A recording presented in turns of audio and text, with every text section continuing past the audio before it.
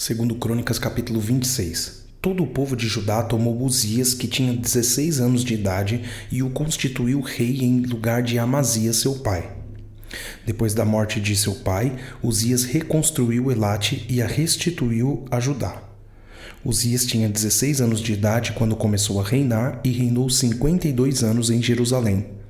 A mãe dele se chamava Jecolias e era de Jerusalém. Ele fez o que era reto aos olhos do Senhor, segundo tudo que Amazias, seu pai, havia feito. Propôs-se buscar a Deus nos dias de Zacarias, que era sábio nas visões de Deus.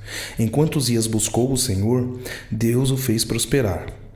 Ele foi e guerreou contra os filisteus. Destruiu as muralhas de Gate, de Jabné e de Asdod. Construiu cidades no território de Asdod e entre os filisteus. Deus o ajudou contra os filisteus, contra os árabes que moravam em Gur-Baal e contra os meunitas. Os amonitas pagavam tributo a Uzias, que chegou a ser tão poderoso que a sua fama se espalhou até a entrada do Egito. Uzias construiu torres em Jerusalém, junto ao portão da esquina, junto ao portão do vale e junto ao portão do ângulo, e as fortificou. Também construiu torres no deserto e cavou muitas cisternas, porque tinha muito gado, tanto na Cefelá como nas campinas. Tinha lavradores e vinhateiros nos montes e nos campos férteis, porque era amigo da agricultura.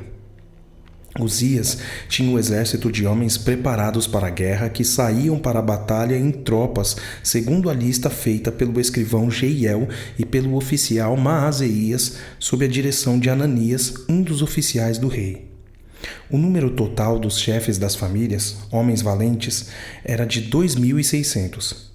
Debaixo das suas ordens havia um exército guerreiro e 307.500 homens que faziam a guerra com grande poder para ajudar o rei contra os seus inimigos.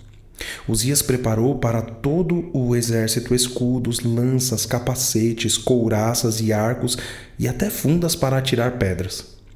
Em Jerusalém, ele fabricou máquinas inventadas por homens peritos que foram colocados nas torres e nos cantos das muralhas para atirarem flechas e grandes pedras.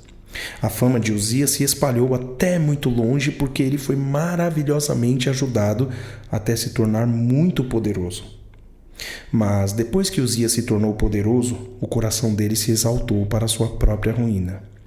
Ele cometeu uma transgressão contra o Senhor seu Deus, pois entrou no templo do Senhor para queimar incenso no altar do incenso.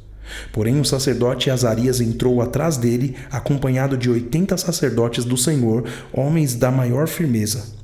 Eles enfrentaram o rei Uzias e lhe disseram: "Não compete a você, Uzias, queimar incenso diante do Senhor, mas aos sacerdotes, filhos de Arão, que são consagrados para esse serviço.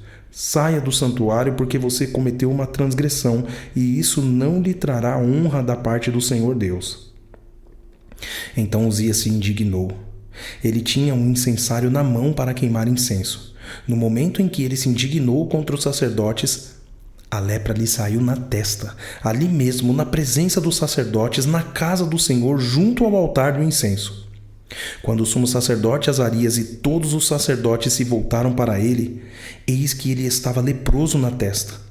Então apressadamente o tiraram dali, e até ele mesmo se apressou em sair, visto que o Senhor o havia ferido.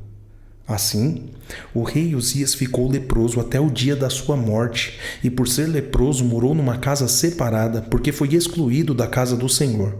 E Jotão, seu filho, tinha seu encargo o palácio real, governando o povo da terra.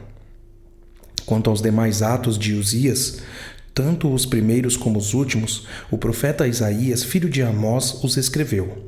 Uzias morreu e foi sepultado no túmulo de seus pais, num cemitério que pertencia aos reis, porque disseram: "Ele era leproso", e Jotão, seu filho, reinou em seu lugar.